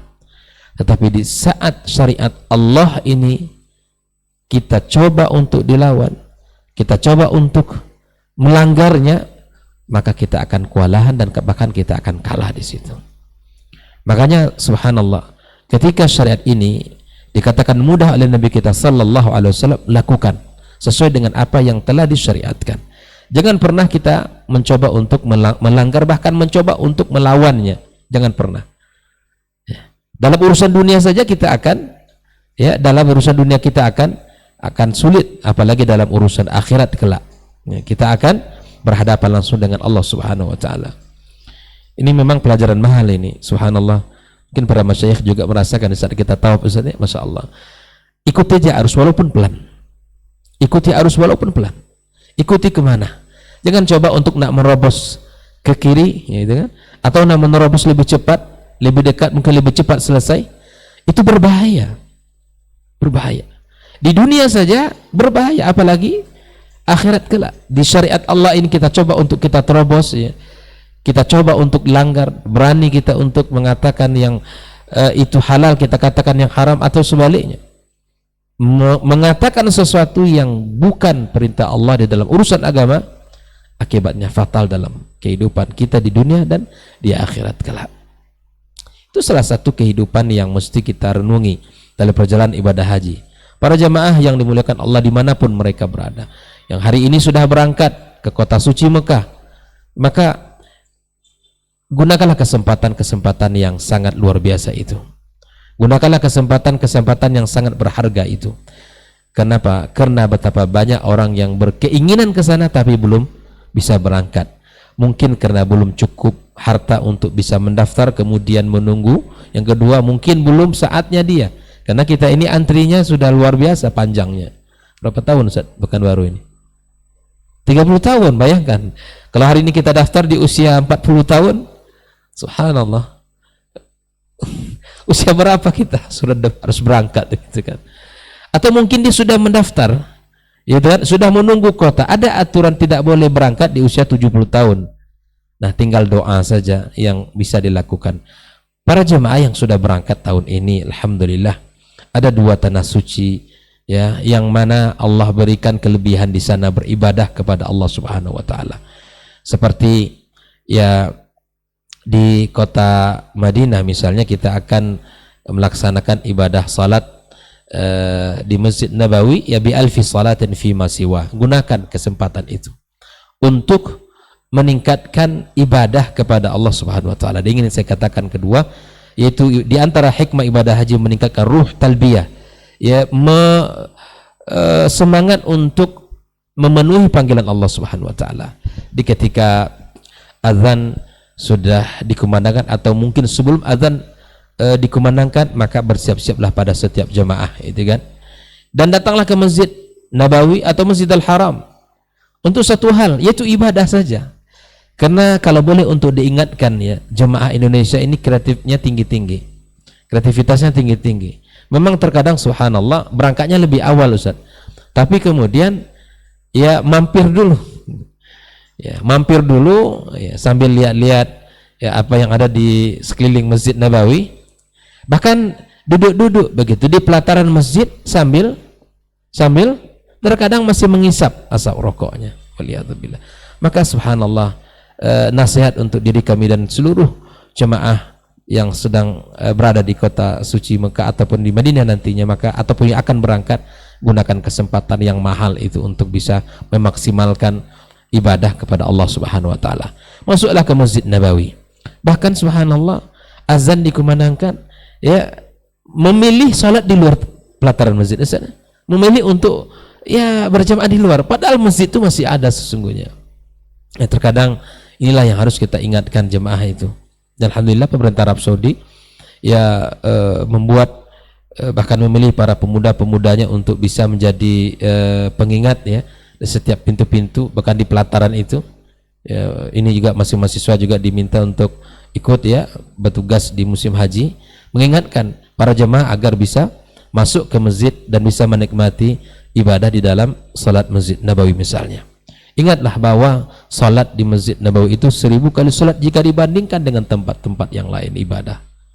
Maka perbanyak salat di sana, salat-salat sunnah, perbanyak baca Al-Quran, kemudian perbanyak kita melaksanakan ibadah selain ibadah-ibadah seperti kita baca Al-Quranul Karim. Nah, apalagi nanti di Mekah, apabila sudah berangkat dari Madinah, berangkat kita ke Mekah, usahakan kalau tidak terlalu membuat badan kita terlalu lelah atau mungkin badan kita terlalu capek, maka usahakan setiap salat kita di Masjidil Haram, karena ibadah salat di situ sangat luar biasa, itu kan. Kata Nabi SAW, bimi'ati alfi salatin, 100.000 kali salat jika dibandingkan di tempat masjid lain. Kalau di Madinah tadi 1000, kalau di Masjid Nabawi, Masjid Mekah 100.000 kali salat. Nah, tentu ini kesempatan mahal para jemaah, kesempatan yang sangat luar biasa besarnya. Maka gunakan untuk bisa memaksimalkan diri beribadah di dua tanah haram dan dua masjid yang Allah muliakan itu. Maka sekali lagi para jemaah yang dimuliakan Allah dimanapun berada, misalnya kesempatan-kesempatan yang sangat lama, karena jemaah haji Indonesia ini subhanallah itu cukup lama, 40 hari lebih kurang berangkat dalam perjalanan mereka 40 hari, dan di Mekah itu sangat lama.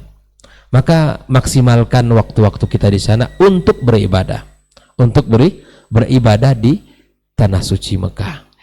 Lakukan salat-salat 5 waktu di masjid, kemudian ditambah dengan tawaf-tawaf sunnahnya, kemudian ditambah lagi dengan ibadah-ibadah sunnah yang lain. Insya Allah itu akan memberikan kesan dan memberikan sangat banyak manfaat dari sisi kedudukan di sisi Allah Subhanahu wa Ta'ala. Nah, apabila nanti sudah masuk ibadah haji, kemudian nanti wukuf di Padang Arafah, Masya Allah, Padang Arafah adalah sebuah ingatan untuk kita bahwa itu adalah miniatur padang mahsyar. Di semua orang berkumpul di situ semuanya, dan waktunya tidak lama, antara mulai tergelincir matahari sampai terbenam matahari di siang hari, dan itu kesempatan yang sangat mahal. Allah Subhanahu wa Ta'ala memberikan janji untuk memberikan ampunan kepada mereka yang wukuf di Padang Arafah. Allah berikan mereka pujian di hadapan para makhluk Allah Azza wa Jalla yang mereka datang ke sana. Di hari itu tundukkan hati, tundukkan seluruh jiwa kita kepada Allah Subhanahu wa Ta'ala.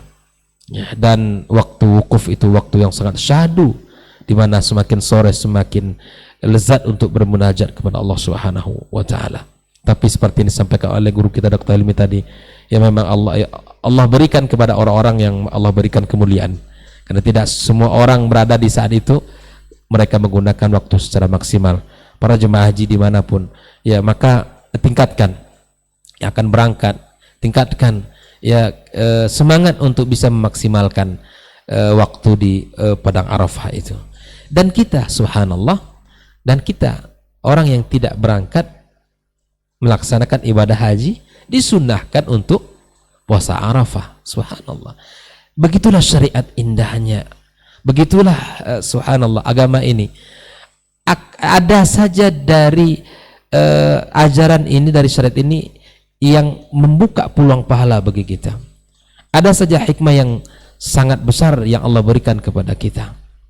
Makanya mari ketika tahun ini kita tidak berangkat, kita maksimalkan untuk melaksanakan ibadah puasa Arafah nantinya di tanggal 9 Zulhijjah. Dan saudara-saudara kita yang berangkat, gunakan waktu-waktu yang sangat indah itu untuk bermunajat, lepaskan segala kemaksiatan, taubatlah kepada Allah Subhanahu wa Ta'ala, gugurkan segala apa yang telah pernah dilakukan, akui di hadapan Allah Azza wa Jalla, memelaslah, memohon dan minta permohonan ampun kepada Allah Subhanahu wa Ta'ala. Di hari itu Allah turun ke langit bumi dan Allah mempersaksikan, Allah ampuni mereka dan Allah berikan pujian-pujian kepada mereka. Nah tentu masih banyak proses ibadah haji itu yang akan dilaksanakan. Belum lagi nanti mereka bersegera akan menuju Muzdalifah, kemudian di pagi hari mereka akan di tanggal 10 Zulhijjah menuju Mina, akan melontar jumroh Aqabah dan mereka akan melontar di sana. Dan kita di negeri yang mana di negeri ini kita tidak haji, kita akan melaksanakan salat Idul Adha biidznillah. Dan tentunya sekali lagi bahwa ibadah haji ibadah yang penuh dengan pengorbanan baik fisik maupun harta, tenaga. Makanya kita subhanallah ibadah haji ini bukan hanya ibadah yang sifatnya sangat membutuhkan fisik, ya, sangat membutuhkan fisik. Kalau bisa memang berangkat di waktu muda itu lebih baik. Kalau Allah berikan kesempatan harta kita, kemudian Allah berikan kesempatan untuk bisa berangkatlah, karena kita akan bisa menikmati dari rangkaian ibadah haji yang sangat indah itu. Barangkali ini yang bisa disampaikan melengkapi apa yang disampaikan oleh para masyayikh kita tadi, agar ibadah haji ini bisa diambil hikmah, karena tidak ada perintah dari ajaran ini kecuali di situ ada hikmah yang Allah inginkan untuk kita. Tidak akan ada sia-sia tidak akan ada ibadah yang sia-sia belaka, tidak. Tapi di balik perintah itu akan ada hikmah dan maqasid yang Allah inginkan untuk kita. Ada manfaat-manfaat yang Allah ingin berikan kepada kita. Barangkali ini yang bisa saya sampaikan. Wassalamualaikum warahmatullahi wabarakatuh. Waalaikumsalam warahmatullahi wabarakatuh. Baik, barakallahu fikum Ustaz untuk materi kita di kesempatan hari ini di Mutiara Hikmah di balik pelaksanaan ibadah haji. Mungkin tidak sampai untuk satu sesi ini aja Ustaz, mungkin ada lanjutannya nanti insyaallah. Tapi kita akan beralih ke sesi kedua seperti biasa. Generasi Robani dan pemirsa KMTV di 082174909911 untuk pertanyaan antum yang sudah ada beberapa masuk di line WA kita, dan kita akan coba jawab mengenai materi kita. Kita utamakan tema yang pertanyaan yang berhubungan atau berkaitan dengan tema yang kita bahas untuk pagi hari ini. Kita coba jawab untuk yang pertama Ustaz. Assalamualaikum warahmatullahi wabarakatuh Ustaz. Dari Abu Aisyah di Gresik, Jawa Timur, sedang menyimak kita Ustaz. Alhamdulillah. Pertanyaan mengenai ibadah haji ini sebenarnya panjang lebar Ustaz. Ada 2 poin yang saya tanyakan. Yang pertama mengenai nilai tauhid atau penjauhan manusia dari syirik seperti yang dibahas Ustadz Helmi tadi. Ada yang mengatakan di Ka'bah itu ada makom Ibrahim Ustaz. Ini rancu makna. Ada yang mengatakan ini kuburan Nabi Ibrahim, ada yang mengatakan tempat Nabi Ibrahim berpijak membangun Ka'bah. Karena ini bisa saja terjadi kesyirikan kan Ustaz, kalau memang itu kuburan Ibrahim. Yang kedua mengenai badal haji Ustaz. Apakah boleh badal haji sekeluarga dibadalkan oleh satu orang? Dan apakah boleh pula travel yang menyediakan jasa badal haji memungut bayaran? Nah Ustaz, jazakallah khair.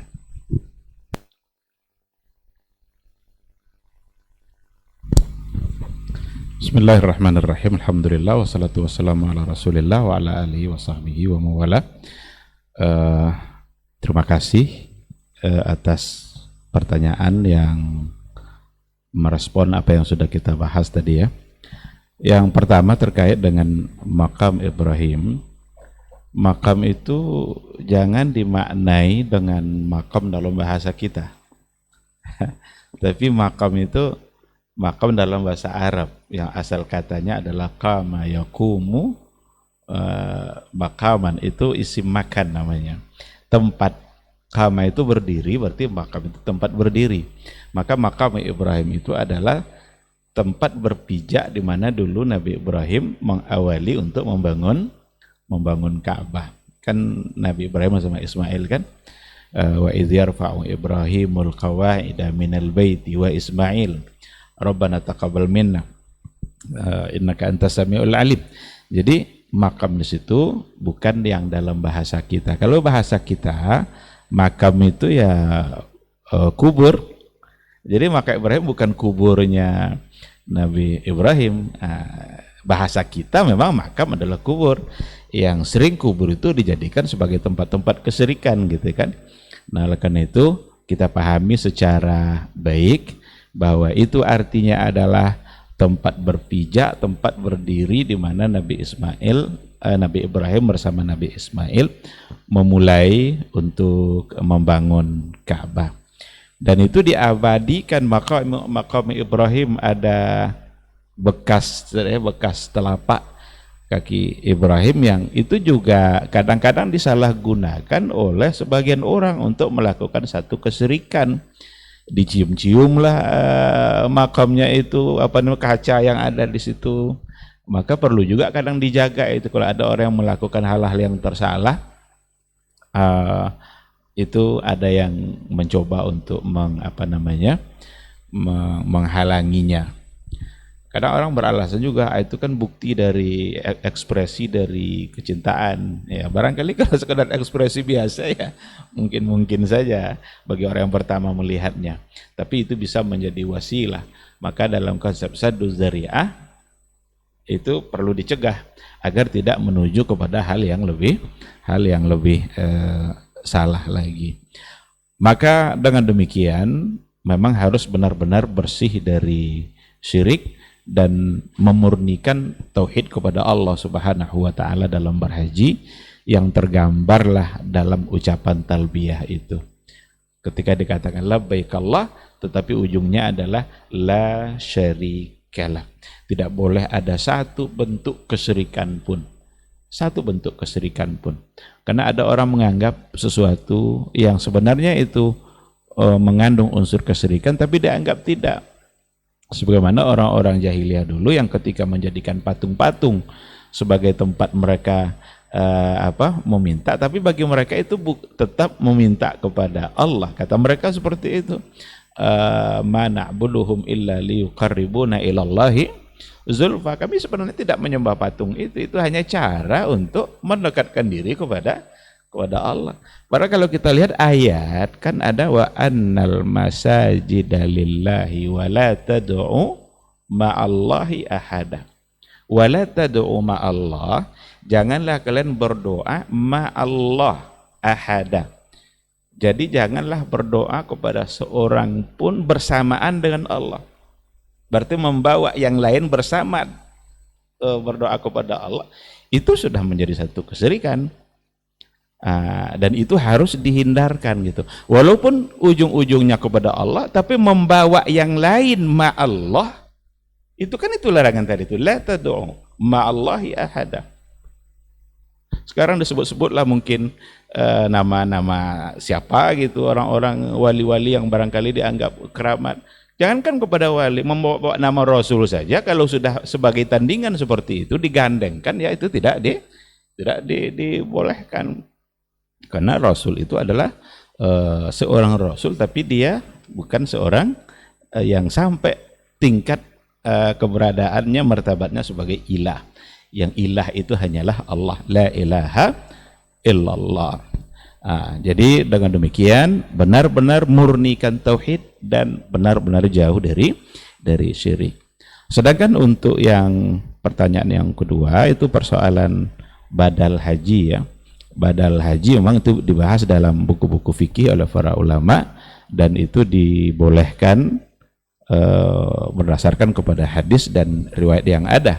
Di antaranya adalah hadis yang disebut sebagai hadis subrumah. Ada orang yang lontar jumlah bismillahi Allahu akbar li subrumah. Dengar sama Nabi, itu siapa itu subrumah itu, kata Rasul. Itu saudara saya yang saya hajikan sekarang. Lalu Rasul nanya, kamu sudah haji belum? Ternyata dia belum haji. Dan Nabi mengatakan, haji an nafsik summa haji an subrumah. Hajikan dulu diri kamu, setelah itu barulah boleh menghajikan subrumah. Awak belum haji lagi, awak hajikan pula orang lain kan? Berarti melakukan sesuatu yang kita sendiri belum melakukan. Maka secara hukum itu boleh, dengan syarat memang yang melakukan sudah berhaji duluan dan yang dihajikan ya sudah meninggal gitu kan. Karena kalau dia masih hidup barangkali nanti ada kesempatan dia mengerjakan haji. Hendak pula semua orang yang boleh mengerjakan untuk siapa yang dia mau gitu kan. Maka syarat ini harus ada. Dan untuk diketahui haji itu tidak boleh sekali haji untuk satu keluarga. Kalau itu yang ditanyakan tadi ya, satu kali haji lalu dikerjakan untuk satu keluarga. Enggak, satu badal haji itu hanya untuk satu orang. Nah, ini jangan tertipu, nanti kadang ada orang-orang yang tidak bertanggung jawab, ada oknum lah ya, katakanlah oknum. Nggak tahu sekarang masih ada, tapi dulu waktu kita di sana itu ada orang yang siap untuk menghajikan untuk 5 orang gitu. Kita kadang tertarik dengan tawaran yang dia minta murah. Dia murah memang, tapi kalau dikali 5 jadi mahal kan. Jadi sekali perjalanan hajinya itu untuk 5 orang, untuk lebih dari 1 orang itu tidak dibolehkan.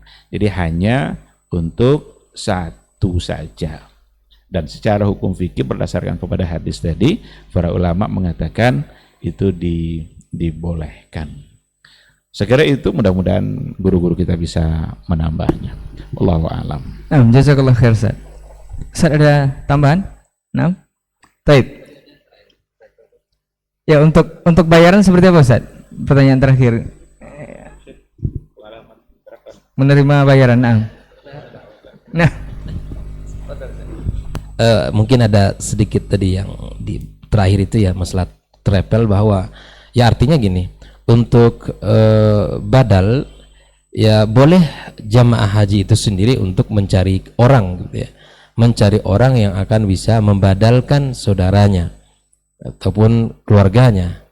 Boleh langsung ya, carilah orang-orang yang kita kenal di sana, di Arab Saudi misalnya, mungkin mahasiswa yang di sana, atau mungkin orang-orang yang tinggal di sana kita tahu gitu secara ibadah dia benar, kemudian amanah dan akidahnya benar, ya kita tidak ada masalah. Namun kalau kita tidak mengetahui misalnya dan boleh kita titip sama travel, ya boleh, artinya kita minta tolong kepada penanggung jawab travel untuk mencarikan orang-orang yang bisa membadalkan. Ya, bagi travel ini adalah sebuah ledang amal gitu untuk mencarikan jamaahnya, menolong jamaahnya. Tapi jangan pula itu menjadi bagian bisnisnya. Ini memang jangan pula itu menjadi bagian bisnisnya. Misalnya ditetapkan oleh travel gitu kan, untuk badal haji 15 juta gitu. Tapi sampai kepada pelaksananya adalah 5 juta, 10 juta lah katakan. 5 juta sudah potong pula gitu administrasinya gitu. Jangan, ini peluang menolong orang jamaah haji luar biasa. Nah, artinya bahwa kalau ada jemaah haji kita ingin minta tolong dicarikan, maka carikan dan carikan kepada orang-orang yang amanah. Jangan tergiur dengan sampai yang tadinya, jangan tergiur dengan orang saya cukup 1.000 rial saja, rupanya 10 orang dilakukannya itu. Ini fatal, ini fatal. Maka nasihat untuk para pelaksana travel, para pemilik travel, bantulah jemaah-jemaah kita yang ingin dicarikan orang-orang yang akan membadalkan haji keluarga mereka, dan bayarkanlah sesuai dengan apa yang telah disepakati oleh mereka. Agar menghilangkan zon kepada kita, ya suruh mereka transaksi, pertemukan orang yang meminta dengan orang yang akan melaksanakan, pertemukan, biarkan mereka sepakat berapa yang akan dibayar. Wallahu ta'ala alam. Nah, Ustaz. Bismillah wassalatu wassalamu ala rasulillah wa ala alihi wa sahbihi wa ba'du. Karena ada di komentar Ustaz tadi, saya teringat pula bahwasanya ada satu syarat, dan ini mansus dalam mazhab Syafi'i, bahwasanya yang menghajikan orang yang mesti melalui miqat itu mesti dihajikan oleh orang yang juga melalui miqat. Jadi afaqiyyin yahujju anhum afaqiyun, miqatiyun, wa amma man dunal miqat fala yahujju anhum. Maknanya sekarang kita dari Indonesia, lalu carikan orang menghajikan orang Indonesia, orang yang dari Makkah tanpa melalui miqat, maka ini tidak memenuhi syarat. Kadang-kadang sebagian jemaah karena ingin murah meriah. Ini kita semangat murah meriah ini yang masalah selalu. Di Mekah saja lebih murah. Karena seperti yang katakan Dr. Helmi tadi, dan ini sangat banyak terjadi. Ya, satu orang menghajikan untuk ramai orang. Ya, dulu masalah mulai berangkat dari masalah boleh nak umrah berulang-ulang. Nah, kalau dia berangkat dari umrah berulang, oke lah, umrah berulang-ulang untuk sekali ini umrah untuk sianu, umrah sekali ini. Tapi sekarang masuk ke bab haji oleh orang-orang jahil. Kalau umrah aja boleh berulang-ulang, padahal masih masalah khilafiyah. Nah, masuk pula ke haji berulang-ulang, ini tidak ada khilafiyahnya. Tapi karena kejahilan, yang keluarga yang minta dihajikan juga tidak berilmu, dan orang yang menipu sama Nabi. Ya, oleh itu maka hati-hati karena ini masalah ibadah. Di dunia saja tuan-tuan tidak mau rugi, kadang tawar menawar kan, apalagi sampai di akhirat nanti ternyata tidak ada hasilnya sama sekali di akhirat.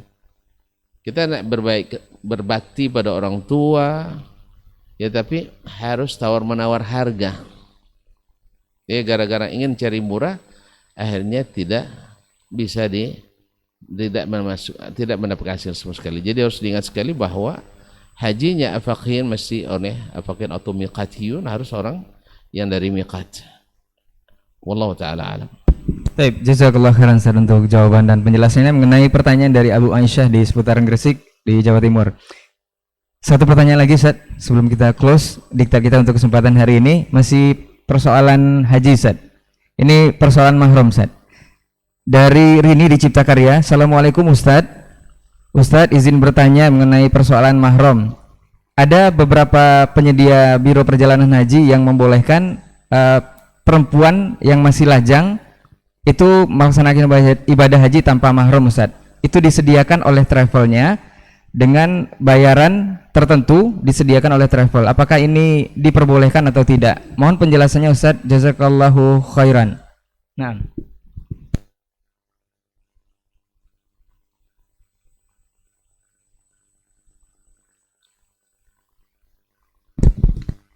orang kita ini memang sangat kreatif. Ya, mahram bisa saja diadministrasikan. Ini namanya mahram administrasi. Sesungguhnya aturan mahram itu dibuat, itu bukan administrasi. Itu aturan syar'i. Bahwasanya seorang wanita tidak dibenarkan musafir sehari semalam jarak sehari semalam. Di masa itu namanya musafir kecuali dengan mahram. Kecuali dengan mahram. Ini pendapat ghalibul ulama, jamaahirul ulama. Ada mukhalif tapi khilafun yani la yu'tabar. Karena berdasarkan hadis bahwa Nabi SAW menggambarkan bahwa nanti akan ada seorang wanita berjalan dari San'a ke Makkah tapi tidak ada seorang pun yang mengganggunya. Yaitu Nabi bukan mengatakan membolehkan, saking amannya negeri itu. Dan memang terjadi di masa awal-awal berdirinya kerajaan Saudi seperti yang disebutkan oleh Syakib Arslan, seorang pujangga dari Lebanon itu, di awal tahun 80-an Masehi. Orang musafir dari ujung ke ujung di Arab Saudi, perempuan dengan segala perhiasannya, tak akan ada orang yang berani menghadangnya. Subhanallah. Ma'asyur kiram dirahmati Allah. Nah, kembali kepada masalah mahram. Memang khilaf terjadi dalam masalah ini, dalam masalah haji, karena haji itu kan rukun, fardu. Nah, seorang wanita dia sudah berkewajiban haji, ada zad, ada rahilah, ada bekal, dan ada kendaraan, dan aman di jalan. Tetapi dia tidak punya mahram. Dia yang namanya haji musafir, dan musafirnya bukan sebentar. Kalau Indonesia haji reguler 40 hari, haji plus berapa lama Ustaz? 15 sampai 20 hari. Ini bukan sehari semalam lagi, berhari-hari bermalam-malam. Nah, ada larangan dari Nabi Shallallahu Alaihi Wasallam bahwasanya wanita tak boleh musafir tanpa mahram.